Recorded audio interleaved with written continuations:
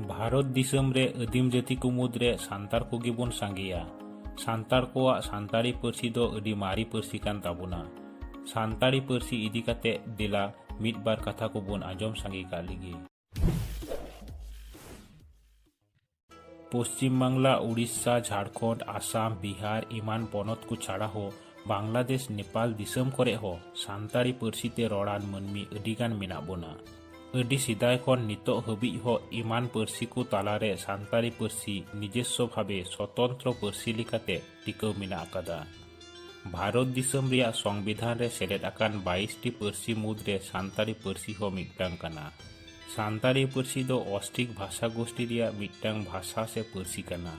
सांतारी पर्सी ओलोग रिया निजेस्व लिपि हो मेना आकादा, ओना दो ऑलचिकी लिपि। सांतारी पर्सी दो अडी मारी पर्सी से प्राचीन भाषा कना। भारत दिसम रिया इमान को पर्सी लहांती रे सांतारी पर्सी रिया अडी मारांग एनेम मेना। भारत दिसम रिया आयमा पर्सी गी सांतारी पर्सी खोना अड़ को हताव कते हारा बुरुआ कना। भाषाविद को कथा लेकाते संस्कृत और बांग्ला भाषा रे हो अडीगान सांतारी भाषा से पर्सी रिया अड़ सेलेद मेना आकादा। भारत दिसम रे मनमी तुलजुखा हिसाब ते सांतारी पर्सी रिया ठाव दो 1 से 13 तम ठाव रे मेना आकादा। धरती जाका रे सांतारी पर्सी रिया ठाव 4 से 94 तम रे मेना।